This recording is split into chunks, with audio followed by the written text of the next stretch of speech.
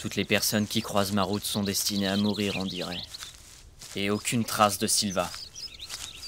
Je commence à croire que ce n'était vraiment qu'une légende. Maître Aidé sera mort pour rien. Mais c'est quoi ce truc? Aérondor se précipita alors vers une étrange pierre, dressée juste en face d'un arbre gigantesque. On dirait une sorte de stèle, avec des inscriptions bizarres. Maître Aidé avait dit que les chamans avaient réussi à cacher leur vide aux yeux des visiteurs. Ça a certainement un rapport avec ça. Je dois pouvoir déchiffrer ces inscriptions avec son bouquin sûr. Eh oh! Y a quelqu'un? Je suis Aérondor, l'apprenti d'Aidé, l'alchimiste de Port-Canince. Il semblait vous connaître.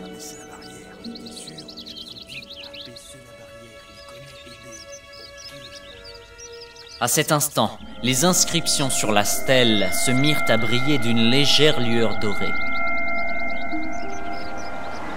Une barrière magique se dissipa et dévoila alors un grand escalier de planches construit en colimaçon tout autour du grand arbre. Aérondor leva les yeux et découvrit avec stupeur une petite cité entièrement faite de bois, nichée dans la cime des arbres. C'est Sylvain, je l'ai trouvé. Son apprenti? Eh ben alors? Sinon, qu'est-ce qu'il vient, ce cher Aidé? Eh bien, il est mort sur le trajet pour venir ici. On a été attaqué par des loups. Nom d'une salamandre. Mais tu sais où il est maintenant? Je suis pas sûr, mais il me semble que c'est quelque part vers le sud-est. J'ai dû abandonner son corps rapidement, de peur que les loups reviennent. C'est terrible. Bon, monte avec moi. Mes camarades chamans vont aller au sud-est pour chercher son cadavre. Ils ne craignent pas les dangers de la forêt. Merci. Mais dis-moi, comment as-tu fait pour t'en sortir? Les loups de Sylva ne sont pas du genre à laisser des restes. Eh bien, Aidé n'est pas vraiment mort à cause des loups. J'ai foudroyé la zone dans le feu de l'action, et Maître Aidé n'y a pas survécu. Je crois comprendre pourquoi vous êtes venu. Mais nous en parlerons plus tard.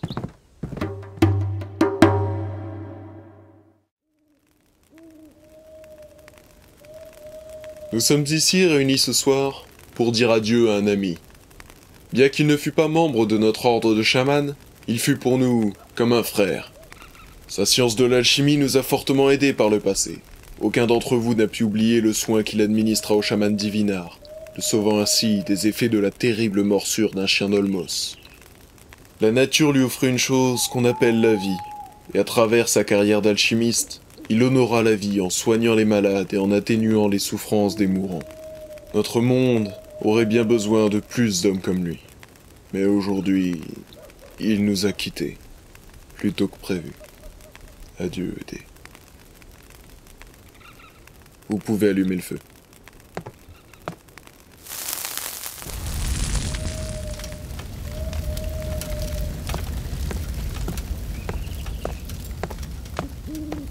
Viens avec moi, Aérondor. Nous allons discuter un peu. Des éclairs, donc? C'est pour ça que vous êtes venu. Je suis vraiment désolé pour Maître Aidé. Tu n'as pas à être désolé. Tu as fait le bon choix. Aidé t'aimait beaucoup. Il se serait sacrifié pour te sauver de toute façon. Mais comment savez-vous ça? Nous autres chamans arrivons à voir certaines choses que la plupart des gens ne soupçonnent même pas. Waouh, je ne pensais pas qu'on pouvait faire des huttes comme ça dans les arbres. C'est assez dur en effet, mais nous sommes dans une partie très ancienne de la forêt de Sylva. Les arbres sont très gros ici, et solides par la même occasion. Vous faites du feu à l'intérieur? Et vous n'avez pas peur que tout flambe? Ce sont des flammes magiques. Elles dégagent chaleur et lumière, mais ne se propagent jamais en dehors de cette coupelle. C'est un cadeau des pyromanciens. Les pyromanciens? Assieds-toi ici, je vais tout expliquer. Notre monde est fait de matière physique, telles que les arbres, les montagnes et nous-mêmes bien entendu. Mais ce que peu de gens savent, c'est qu'il est également conçu d'une sorte d'énergie. J'ai un peu de mal à vous suivre là. C'est comme une énorme toile qui recouvre la surface de notre monde. Mais elle est impalpable et invisible. Seule une poignée de personnes arrive à faire le lien entre le monde physique et ce flux énergétique qui nous entoure.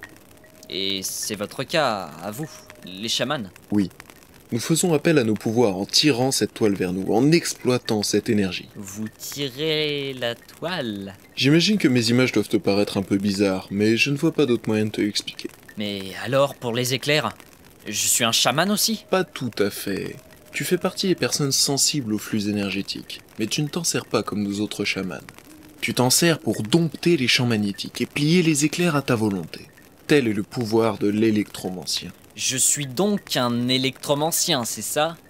Et c'est quoi ce dont vous me parliez, les pyro-trucs? Les pyromanciens. Eux aussi sont sensibles aux énergies, mais ils les utilisent, disons, différemment. Ce sont les maîtres incontestés du feu. Personne ne peut commander aux flammes comme ils le font. Ah, c'est pour ça la flamme dans la coupelle. Exactement. Il y en a également d'autres que l'on appelle les cryomanciens. Ce sont les seigneurs du givre. Ils règnent sur les plaines glaciales de Rim depuis la forteresse de Turisniva, au nord du continent. J'en ai déjà entendu parler, mais je pensais que ce n'était que des légendes. C'est normal. Les personnes pouvant se vanter d'en avoir vu un de leurs propres yeux ne sont pas vraiment légion. Et qui les croirait de toute façon? Tout va bien là-dedans? Oui, chaman divineur. Je m'entretenais juste avec l'apprenti Dédé. Chaman Somiar, on a besoin de vous en bas pour réactiver la barrière. J'arrive. Et pour les éclairs? Ne t'inquiète pas pour cela. Nous en parlerons plus en détail demain, quand il fera jour. Tu peux dormir ici cette nuit. Eh bien, merci. Bonne nuit, Eranda. Et couvre-toi bien, les nuits sont plutôt fraîches par ici. À demain.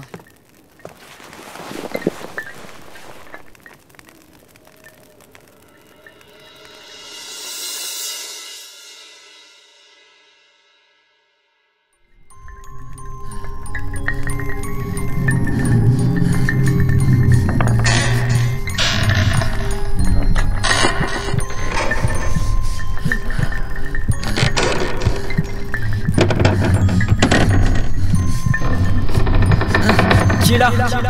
Tu ne me reconnais pas, Erondor. Mais... Tu ne reconnais pas mon visage. C'est parce qu'il était bourré par les vers, c'est ça. mais je vous ai vu mourir, maître Ébé. Non, Erondor, c'était toi. Quoi? Maintenant, c'est à ton tour de souffrir.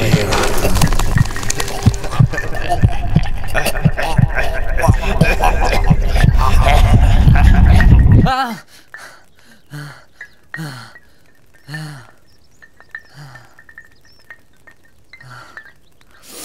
Ah. Quel rêve.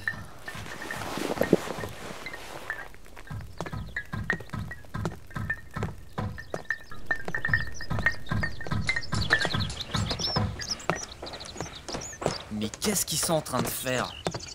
Ah, salut mon petit, t'as bien dormi? Pas vraiment, mais qu'est-ce qu'ils font à cet arbre-là? Bah, ils sont en train de construire ta hutte, voyons. De quoi? Bah, tous les chamans en ont une ici. Mais je suis pas un chaman. Hier soir, on a fait une petite réunion entre nous. On a parlé de toi et de ton pouvoir lié à la foudre. Et le chaman Somniar a insisté pour que tu restes parmi nous. Mais pourquoi? Eh bien, j'ai ma petite idée. Mais tu ferais mieux d'aller lui demander directement. Il doit se trouver là-bas, de l'autre côté du pont de corde. Eh bien, merci.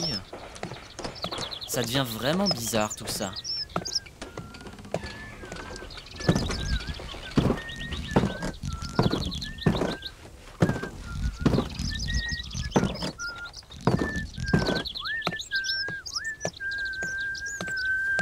Ah, tu t'es enfin réveillé. Il est 11h quand même. J'aimerais bien avoir des explications. Pourquoi vous leur avez dit que j'allais rester? Parce que tu vas rester ici. Tu as un apprentissage à faire. Hein? Nous avons déjà accueilli plusieurs personnes comme toi par le passé. C'est notre rôle d'enseigner la maîtrise des énergies. Vous allez m'apprendre à m'en servir? Mais vous n'êtes même pas des électromanciens. Eh bien, en temps normal, nous ne faisons que rediriger les personnes ayant des pouvoirs vers leurs sanctuaires respectifs. Ceux qui se révèlent être des pyromanciens sont envoyés au sanctuaire du feu sur le continent sud. Les cryomanciens, quant à eux, sont envoyés à Turisniva pour apprendre avec les seigneurs du givre. Et ceux qui ne contrôlent aucun élément restent avec nous, vivre à Silva. Et pour les électromanciens? Eh bien, cela fait plusieurs générations que nous n'en avons plus entendu parler, jusqu'à aujourd'hui. Il n'y a plus d'électromanciens à part moi? Leur sanctuaire est censé être situé sur le continent sud, mais nous n'avons jamais rien trouvé. Comment voulez-vous m'apprendre quoi que ce soit si vous n'avez jamais pu assister à la maîtrise de la foudre? Ne t'inquiète pas, nous allons avant tout apprendre à canaliser les flux énergétiques. Pour le reste, tu apprendras par toi-même. Et ça suffira? Je me suis permis de fouiller un peu dans ton sac, et je suis tombé sur ça. Les maîtrises élémentaires? Mais c'est un des livres de Maître Ébé? Il faut croire qu'il a eu la bonne intuition de l'emporter pour votre expédition. Mais ça ne m'étonne pas de sa part. Ce qui me taraude le plus, c'est de savoir comment il a mis la main sur un ouvrage pareil. Et c'est quoi? C'est un ouvrage traitant des énergies et des personnes qui sont aptes à les contrôler. Les pages en rapport avec les électromanciens ne sont pas très nombreuses, mais tu devrais y trouver des choses plutôt intéressantes. Eh bien, merci. Ton apprentissage ne sera pas de tout repos, surtout avec un élément aussi farouche que la foudre. Mais je te promets que moi et les autres chamans ferons tout notre possible pour que tu apprennes à te servir de tes pouvoirs, même si cela doit nous prendre des années. Et il avait bien raison, chaman Somniard. Durant plusieurs années, Aérondor s'entraîna sans relâche, sous l'œil avisé des chamans. Très bien, maintenant essaye de canaliser l'énergie à travers ton corps. Les entraînements étaient plus qu'éprouvants, mais pourtant, Aérondor ne lâcha jamais l'affaire. Comme si quelque chose le poussait à avancer. Tu fais de très gros progrès, et Dé serait fier de toi. Sa maîtrise de la foudre s'améliorait de jour en jour. Les éclairs pouvaient le traverser de part en part, sans que cela ne lui fasse rien.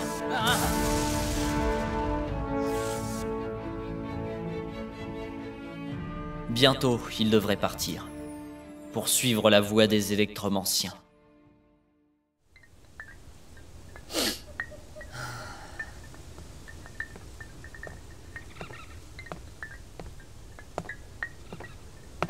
Cela faisait longtemps que je n'avais pas vu un ciel si étoilé. À qui le dites-vous?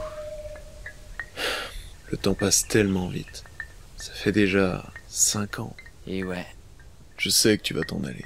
Tu n'as plus rien à apprendre ici. Mais avant de partir, laisse-moi t'offrir ceci. une épée. Il vaut mieux ne pas attirer les regards. On ne sait jamais comment les gens peuvent réagir face à la magie. Je vois. Je sais désormais pourquoi tu étais si motivé lors de tes entraînements. La vengeance. Donc vous savez. Je ne suis pas sûr que la vengeance soit la solution. Mais je respecte ta volonté, et je vais t'indiquer par où commencer. Enfin, si tu le souhaites. Si vous avez des informations sur lui, dites-moi tout.